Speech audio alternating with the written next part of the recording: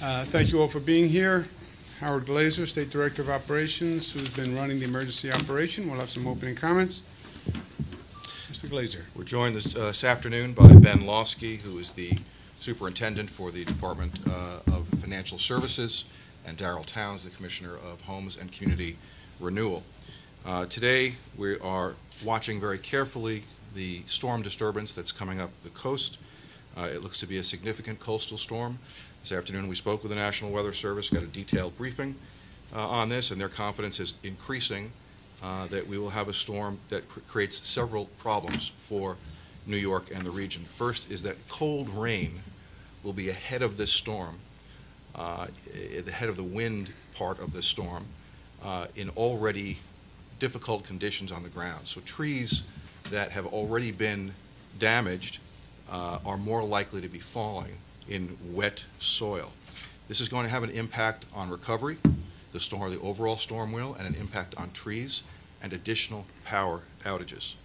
We're looking at winds with potential gusts 50, 60 miles an hour that will have a power impact as well, an additional storm surge of 2 to 4 feet, which could cause some modest coastal flooding. The problem, of course, is beaches are already eroded. In some places, dunes are down. You already have communities that have been damaged by the coastal storms. We have new inlets created, so it's a little uncertain as to what the impact is, even if the storm surge is not 12 feet or 14 feet, 2 feet or 4 feet is hitting a different coast. So we're looking at all those things, working with our Department of Environmental Conservation and Parks and other agencies on that. The governor, in anticipation of the storm, has some additional announcements to talk about today in terms of fuel, transportation, and power. Thank you. We're also joined by Secretary to the Governor Larry Schwartz, who is to my right, and Benjamin Lawsky, the Superintendent of the Department of Financial Services, to my left. First, the progress continues to go well. We're making progress, and we have been making progress every day since the storm. It's been steady progress. That is not to say we don't have significant problems that still exist, because we do. The power outages in Westchester and Nassau counties are truly terrible. We have pockets of issues in the outer boroughs, Staten Island, parts of Queens, the Rockaways, that pose great challenges still. So progress has been steady, but we have a lot more to do, and we still have people in peril. And then you heard the upcoming weather report from Howard Glazer. When it rains, it pours. When it storms, you get more storms, I guess. So we're now preparing for a potential storm on Wednesday, and we are deploying accordingly. The storm that they forecast is a serious storm, but under normal conditions, it wouldn't be that problematic. This is complicated because it is a storm that would approach before we've recovered from the first storm. And it would hit communities, some of which may not have power, some of which already have flooding. So it complicates the situation. One of the complications is that there is much debris that is on the street and in front of people's homes. You've seen the pictures if you haven't been in the communities yourself, but homes were flooded. What many people did was they removed the household contents and then they put it in front of the house, normally on the front lawn. Often the entire contents of a home, furniture, clothes, bedding, food material, in front of the house. Why do they leave it in front of the house? Because many insurance companies require proof of loss before they'll pay a claim. And people were told by their insurance companies, if you dispose of the items, then they won't be covered under the insurance. The state regulates the insurance industry. Today, the state has issued a directive to the insurance companies that they will accept as proof of loss an inventory done by the homeowner and photographs of the items. So what we're asking individuals this evening is make a list of the items that you believe are covered by the insurance, take a photograph of the item, keep the list, keep the photograph, and get rid of the rest of the material. Put it to the end of the street where it can be picked up. Second, we're asking the local governments to assist us in this task. We believe this is a public health emergency. I'm signing an executive order that directs the local governments to pick up the debris, pick it up quickly, pick it up before the storm comes on Wednesday. Any additional pickup costs will be paid by the federal government. We've spoken with them about this task. They'll be reimbursed by FEMA. But the goal is to get the debris picked up before the storm hits Wednesday. We don't want the amount of debris that is now on the streets and in yards to be caught up in this storm. So between the directive to the insurance companies, authorizing them to accept photographs and lists, and the local governments assisting in the cleanup of the debris, we think that that will make a significant difference. In terms of power restoration, approximately 480,000 New Yorkers are still without power. That is down from 2.1 million at the height. So again, we've made progress, but the progress is unacceptable. To say that I am angry, to say that I am frustrated, disappointed would be the understatement of the decade. I think the utility companies have not performed adequately. I have let them know that. I've let them know that repeatedly. I've let them know that in no uncertain terms. I will continue to let them know that. And I promise the people of this state that they will be held accountable for their lack of performance. The utilities are paid to provide a service. And I believe in this case, they haven't adequately provided that service. Yes, it was a storm. Yes, it was a catastrophic storm. But they should have been prepared. They should have been responsive. They should have been communicative. People should be getting information. It's one thing if you can't get the power back on. It's another thing if you're not even communicating with people so they can plan their lives. When is the power coming on? When can the child go back to school, et cetera? But they will be held accountable. On the fuel situation, as we noted before, the storm damaged the fuel delivery system. Terminals were damaged. Tankers couldn't get into the harbor because the harbor had material in the harbor, and the Coast Guard closed the harbor for a period of time. The entire fuel delivery system chain, if you will, had damage at various points. Much of that has been corrected. It is continuing to be corrected. We've brought in additional tankers, but we have a complication now, which is people are now panicked. There's anxiety, so they're now hoarding gasoline. We're actually purchasing more gasoline than normal usage would project. And that's human nature. People see the lines, they're nervous, they think if they don't act, they're not going to get it. So they are now actually compounding the situation and making it worse. One of the things we're working on is getting gasoline from other states shipped into this state. Normally the service delivery system on fuel is regulated state by state. We're asking other states to allow shipments into our state, and we're asking other states to allow our trucks, our tankers, to go to their states to pick up fuel to bring it back to New York. I've spoken to the governor of Massachusetts, Governor deVal Patrick, Governor of Connecticut, Governor Malloy, Governor Markell of Delaware. They've agreed to waive all their restrictions in their state, all their taxation policies, registration policies, and allow basically a transfer of fuel. We believe that's going to help.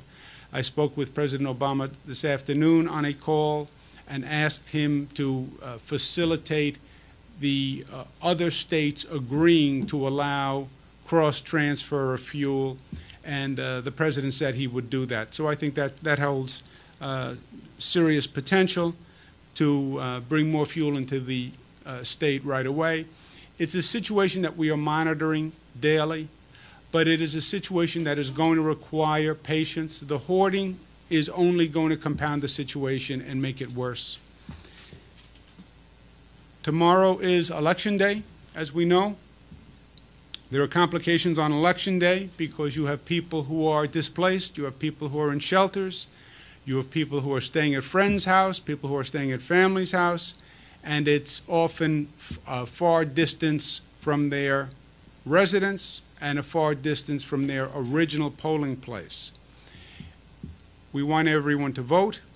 Just because you're displaced doesn't mean you should be disenfranchised.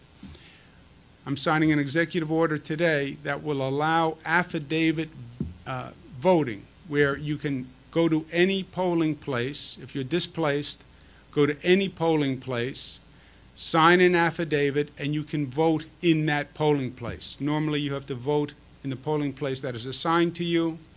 In this situation, you can vote in any proximate polling place. They'll ask you to sign an affidavit and vote by affidavit, and your vote will count at that polling place, and I'm signing an executive order to that effect today. Lastly, I just once again want to thank New Yorkers. I want to thank New Yorkers for their patience. I want to thank New Yorkers for the way they have come together and their spirit of community. And on behalf of all New Yorkers, we want to thank all the volunteers who have come into our state. I've run into people from the West, from the South. It's amazing the outpouring of support that people are showing for New York. And I can't tell you how many people I met who just got in a car and drove and came here because they wanted to help any way they could. People bring meals, people are bringing food, they're bringing clothing, they're coming to work. It really is heartwarming to see the support for our state and the people of our state. And maybe we don't have heat on in all our homes, but the warmth that these people have brought to New York has made a real difference. And we want to thank them all. And we will not forget it. We will not forget it. Questions? Sorry, go ahead, sir. Regarding the voting, I just want to clarify how exactly is this going to work, because you get ballots from all different assembly districts, state senate districts. They're printed from a logistical standpoint. How is this going to work? Yeah, it's a good question. This is how it will work. Let's say you are displaced and you are living 5 miles away from your original home. You go into that polling place, you file an affidavit, sign an affidavit, and you vote, and you fill out the ballot. You're filling out the ballot in that polling place, which is for that district, obviously. Much of the ballot this year is the same no matter what polling place you live in. President of the United States is the same. Senate is the same. Depending on what polling place you go into, your vote will count for those races for which your vote is eligible in the first place. In other words, everyone's vote counts for president, because whatever district you live in, you vote for president. Statewide office, U.S. Senate, your vote counts wherever you vote. Local races, if you vote in a different assembly district, your vote will not count for that assembly district. If you vote in a different Senate district, your vote will not count for that Senate district. So it's within the districts for which you are eligible. Can you write in the name if you want to, for example, No? vote for? You fill out that ballot, and that is the downside to the system, actually. If you go to a different polling place outside of your district, you can't vote for what we call the down ballot, district-specific individuals in that ballot. Your vote will not be eligible for votes for which, in races for which your vote was not eligible in the first place. That's true of federal absentee ballots that get sent overseas also, isn't it, in some cases? I believe it is. I believe it is, Dan, but it's outside of my expertise. It's not unheard of in that sense. No. And it's fair. You know, you can't vote for a race that you're not registered to vote for. Excuse me one second. Is that accurate? Yes. How are you going to, is there going to be greater effort to ensure anonymity in some place here? Yes, you fill out a ballot anonymously, but you file an affidavit. Placed in an envelope. Ozzy? Are you satisfied with how election officials have sort of communicated and made preparations to help people who are displaced and in terms of setting up the polling sites? Look, it is a difficult situation. I understand it's difficult. The Board of Elections appears to be working very hard to do everything they can. But, you know, it's, as I often say, especially this past week, Ozzy, it is what it is. You have people who are displaced. We're trying to do the best we can. We want everyone to vote. We want to make it as easy as possible. This executive order that I'm signing today is an extraordinary step in that direction. But it's a difficult situation. You'll have some polling places that are closed. People will show up to the polling place that they always vote at, and they'll find out that it's closed, and they'll find another address, and then they're going to have to find another location. So it's not going to be easy. But I think of it this way. Compared to what we have had to deal with the past week, this will be a walk in the park going out and voting. Governor, are any provisions being made for people who are homeless, who lost their homes, and also polling places are damaged or without power? Provisions being made to get them to a polling place? You have a lot of groups that are doing outreach to try to get people to the polls and who are doing just that. You have volunteer efforts, good government groups that are doing it. But the best place for that question is the Board of Elections. Hi. Housing. What is the detailed plan for finding a place to stay for the tens of thousands of people who damaged Well, homes, and what will be the cost? cost will be expensive. Luckily, we are going to apply to the federal government early and often for reimbursement for the cost. It's going to depend on the needs. First, we have very wide estimates of the size of the population we're talking about. High-end estimates have been 40,000 people. Low-end estimates have been 10,000 people. But we don't really know yet, in truth. These are just very rough estimates. Many of the people who are displaced will be from New York City's public housing stock. Early estimates are that the New York City public housing system, what they call NYCHA, will be able to house those people. That would be a very big deal. You'll have a lot of homeowners, especially on Long Island, Rockaways, Breezy Point, who are displaced. I believe many of them with private insurance will be able to repair the home or rebuild the home or replace the home. So we have to get the actual number. And then you're going to have some people who need short-term housing solutions and some people who will need long-term housing solutions. And those are two very different things. We have a significant short-term housing market, expensive, but we have an extensive short-term housing market, and we have long-term housing options also. It's something we have to work on together. New York City will have a team dedicated to it, Nassau County, Suffolk County. We already have a team dedicated to it. Commissioner Darrell Towns is with us. It is manageable. It is large, you're right, but it is manageable and it is expensive, and the federal government will defray the cost with us. Specifically, though, I mean, are we talking about, for example, FEMA trailers? You know, the FEMA trailers really aren't used by FEMA that much anymore. Back in the day when I was at HUD, FEMA used the FEMA trailers. There are some local governments that will want trailers. Many communities on Long Island use trailers during situations like this, and they are frequently seen. So it's going to be a community-by-community option. Some communities will choose trailers. Some communities will use hotels, motels. Some communities will rent short-term apartments. So there'll be a host of options. About these utilities, are you more upset with Con Ed or LIPA or both? And when you say that, they're going to have to be held accountable, what do you... You know, Sally, we have to be careful. If you're in Manhattan, we're sitting in Manhattan today.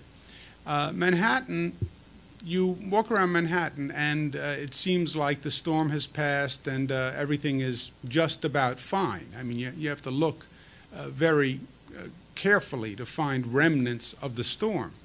But this is the exception. This is not the rule. You go to Nassau County, and the devastation is everywhere, and the number of people without power still. Westchester County, the same thing. You go to the Rockaways, where I was last night. It's terrible. It is terrible. And, you know, just because it's good in Manhattan doesn't mean, don't kid yourself, that's often not representative. You know, I grew up in Queens. I'm a Queens boy. I know that orientation. You know, it's a sense that the outer boroughs sometimes get forgotten and get passed over, and they're just not as visible. It is a problem. Staten Island, the Rockaways, Long Beach, you go right down the shore, Nassau, Suffolk. No, there's a lot of work done. So I'm not happy with any of them. I'm not happy with any of them. You want to say Con Ed, you want to celebrate what Con Ed did in Manhattan.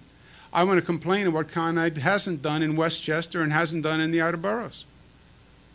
I'm not happy with National Grid. I'm not happy with Orange and Rockland. What kind of recourse do you have? They're regulated by the Public Service Commission. You know, these are the utilities, Ozzie, were not created in the Bible. They're not in the Old Testament. They're not in the New Testament. God never said, New York shall have these utilities forever, and Con Ed is the utility, and there's nothing you can do about it. It's really not in the Bible. Really, we made that decision as a people through a government. And what we say to the utilities are, we're going to give you, in essence, a franchise, a license, a charter to perform a service. But you have to perform a service. And it has to be fair, and it has to be professional, and you have to be reimbursed at a fair rate. And if you don't perform the service, basically, then don't ask the consumers to pay the bill. And if you can't provide the service, then we'll find another vendor who can. And that's done by the Public Service Commission. That is how that is the essence of this relationship, right? Con Edison will give you a contract to provide a service, and Ozzie will pay his bill monthly.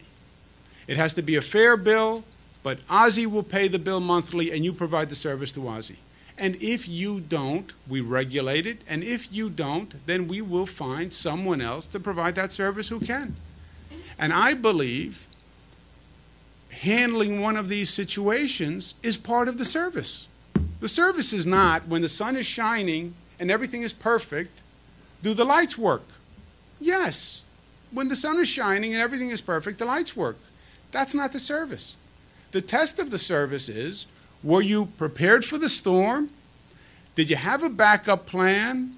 Did you have a plan to get out there? Did you have people out there 24 hours? Were you communicating with the consumers so they knew what was going on? Did you have an alternative plan to communicate with people so they knew how to get you? And if your plan was, well, they contact me on the web, if their power is out in the apartment, how are they going to contact you on the web? That's the plan? It's a phone company. They should call me if they have a problem. The phone is off. That's the problem. So can you tell us a little bit about what you're planning to do about these backup plans not working? I mean, can you take a little farther? I understand the reality of the situation. I understand there was a storm. I understand it was catastrophic. And I am a reasonable person. And I want to give the utilities the opportunity to make their side of the case and explain their side of the case. And we will do this in a very fair, thorough process. But I believe the service was inadequate. We'll have the discussion, let them present their case, let it be a full, open, and transparent process. Let's have the discussion. Let's talk about past history. Let's talk about Hurricane Irene and what we could have or should have learned from Irene. And then the state will make a determination. The state's range of remedies goes from sanctions to revocation of franchise. Other utility companies can provide the same service, right? We can contract with other utility companies. These are not God-given monopolies. Which companies? I would review all of them. I would review all of them involved in this situation. So are you saying you might give Con Ed to LIPA? Or LIPA to Rockland?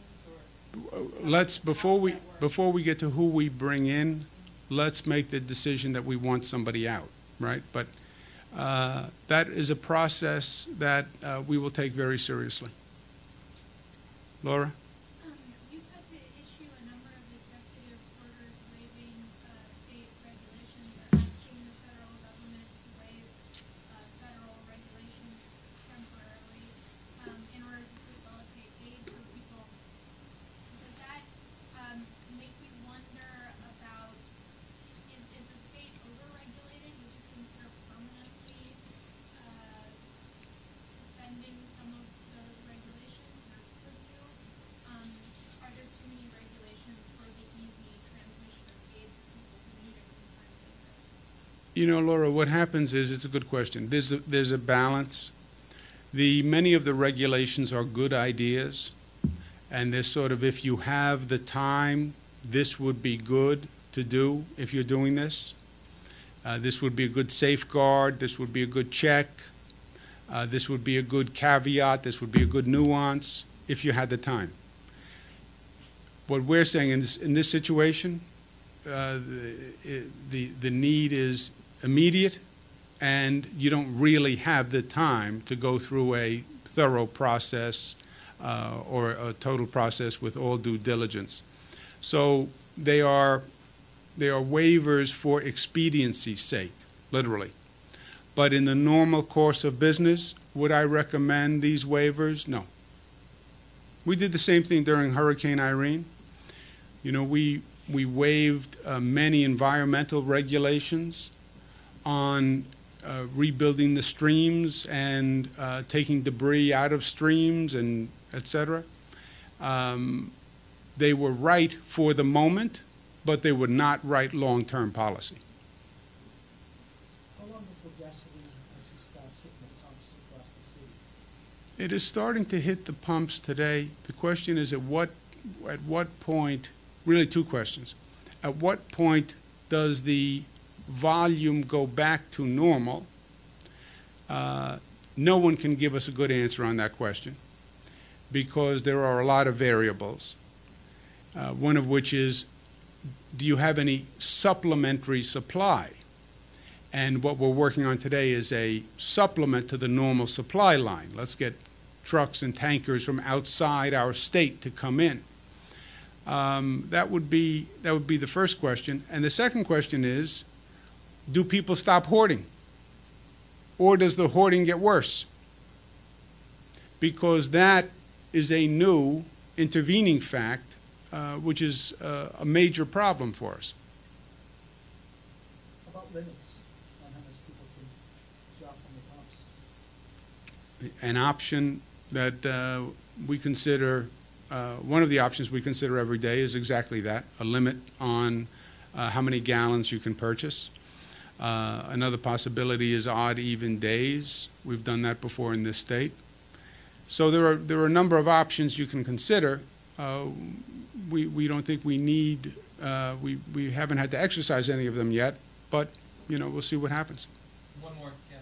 I'm from Newsday, and to go back to gas again, we're getting reports from owners who have 40, 20 stations, that the gasoline is coming into the Fort Jefferson terminal, it's then going through the pipeline to, I forget where it's going, but it's going through the pipeline to where it should go. And then they're sending, I guess, their trucks or tankers, whoever picks it up, and they're not getting it cold spill. They're not getting gas cold spill. They're told it goes through to cold spill, and then when the trucks get there, they're told. Where does it go? It's the great gas mystery. It goes Yeah. in the pipe on one end, This but is doesn't my come out the editor's other end. question. Sounds like an editor, doesn't it? Right. Goes in one end of the pipe, it doesn't come out the other end. I need an explanation. Do we know if gas is really The only going explanation to is it's a very big pipe. Tell the editor I said. Do we know that the oil is going to Port Jefferson? Do we know that? There are shipments going to Port Jefferson, we know that. And we know that there is gasoline coming out the other end of the pipe. Not that I want to disagree with your editor, because, yes. You can do that. Can I tack one more question on? Can we go back to the Cummins storm? Because there's a great concern on Long Island about the coast, the damage that's already been done? What's going to happen to people there? Will more lives be lost? Can you address Long Island specifically on the coming storm? We had a briefing. The president actually asked for a briefing on the weather that we heard. The storm is a serious storm that is projected, and we are taking it seriously. Normally, would I consider it a life-threatening storm? No. But these are not normal situations. You have communities which are in the midst of various stages of disrepair. You have homes that are open. You have homes that are tattered. You have homes with one wall hanging off that will now be wind battered again. You have all sorts of debris in the streets, which is what we are trying to act on today. And these are all possible projectiles. You have a 60-mile-an-hour wind with a street filled with all sorts of personal belongings and glass and fixtures. You could have a lot of dangerous material flying around. The ground is already saturated. Some storm systems are out. Many beachheads are out. So the storm on any other given day, I don't think would have been life-threatening. In this situation, it is serious. Now, we're going to continue to. We're trying to do two things. We'll continue to track the storm and see, does it increase, does it decrease, et cetera. And B, immediately try to alleviate those situations that could be exacerbated. Debris, homes that are dangerously fragile, either prop them up or take them down, frankly, in the interim. Doing that, The counties, FEMA's working on that, and we're working on that also. to get it done before Wednesday? Yes, yes. And if we have to evacuate, we begin it early and people take it seriously. People take it seriously. I can't tell you how many people said to me, you know, it was just a weather forecast and we didn't believe it because, you know, the Weather Service never gets anything right. And they said in Hurricane Irene we had to evacuate and it was nothing. And I made this point once before, and pardon me if you heard it before. First, to say they told us to evacuate in Hurricane Irene and they were wrong is not correct. Hurricane Irene was a deadly hurricane. They were wrong in where it hit, specifically. It hit more in upstate New York, but it was a deadly hurricane. They were not wrong when they said Hurricane Irene was deadly. Hurricane Irene was deadly. They were off within the state of where it was deadly, but it was deadly to New York State. Many of their neighbors are still, a year later. I can't tell you how many communities I've been working with for a year to recoup from Hurricane Irene. So they were wrong. They weren't wrong on Hurricane Irene. They weren't wrong here. And it's not worth the risk. When the notice goes out to evacuate, evacuate. It's your life. It's your child's life. Evacuate. And that's what we learned here. When might you evacuate? Would it be tomorrow afternoon, tomorrow night? It totally depends on the progress of the storm and what the storm is. And it may be, you know, normally the evacuation order is only about the storm. There's a nuance here. It's not just about the storm, it's about the community you are in.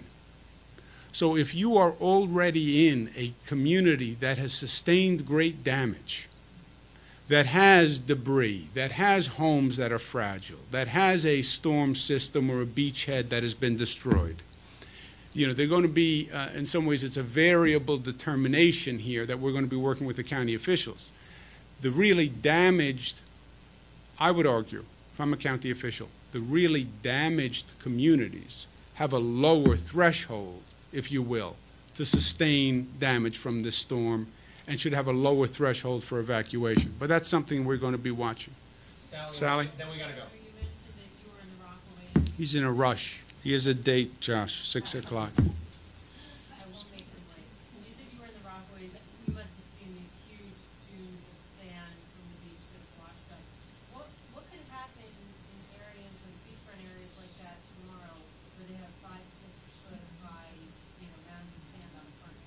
Well, that's exactly right, Sally. And look, the point was the sand was supposed to be on the beach because the beach was the barrier. So in many places, you have the barrier is now gone. The barrier is removed. So they're starting at with a much lower threshold to incur the damage in the first place. Is there anything these homeowners can do with all the sand? You know, we have the Army Corps of Engineers are out. We have the National Guard all over the Rockaways, for example. The Marines literally are landing in the Rockaways to help. We're trying to shore up the beach, but realistically, you're talking about 2 days. Can you put a beach back in 2 days? Can you reestablish a barrier island in 2 days? No. No, you can't. Now, again, we don't know what the storm is actually going to wind up being or doing. So this whole conversation is a little premature, and people are a little bit on edge about storms. So I don't want to over-exaggerate a situation either now. But my point is we will keep an eye on it. We are making preparations for it. And a point I will make is take evacuation orders seriously, please, please, please, please. Yes? No. It's a kind of soft order. It's like the way I order my staff. It's sort of if you want to do it, you do it, if you know. Governor, you say you spoke to President Obama earlier today. Did he reassure you that federal funds will be coming into the state quickly? The federal government has been great. Has been great. Yes, he has. His entire team has. Secretary Napolitano, who is the Homeland Security Secretary, has been great. FEMA has been great. They've been very aggressive with the type of aid they could offer New York. They've offered local governments advances against damages. So they have been extraordinarily helpful. Governor, you earlier were alluding about the gas rationing or alternate days based on your list, whatever. How close are we next to that discussion be serious? If it was serious, we'd be having the conversation. That's sort of the mode we're in. It's not. There are options to deal with the situation. We consider a variety of options daily. The option we have selected at this time is to try to increase the supply, and that's partially by this going to other states and asking for waiver of their restrictions. The President has said he's going to work with us to ease those restrictions so we can get additional supply in. We're also working on getting gas stations back up and running. About half the gas stations have no power, so we're trying to get them generators because they have gas in the tank. They just need the generation. So we're working on a number of options simultaneously. On the issue of hoarding, the question was how could you slow the hoarding?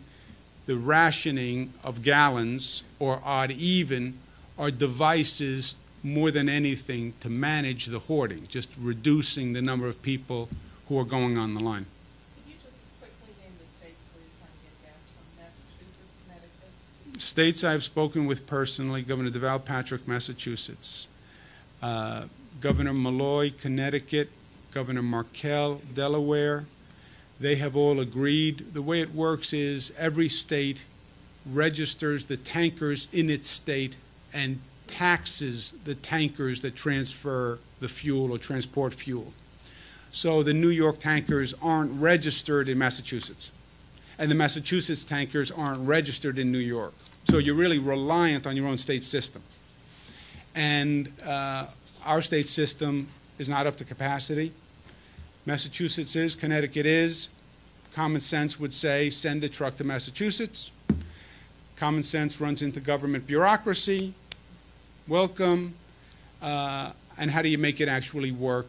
And we've been successful on that level. What I asked the President this afternoon was, could he do what we're doing on a case-by-case basis? Could he do that basically on a wholesale level and the federal government say to the northeast states or the eastern states, there'll be an emergency period and your state restrictions will be waived for this emergency period, and you can transport gasoline among the states. He's considering that?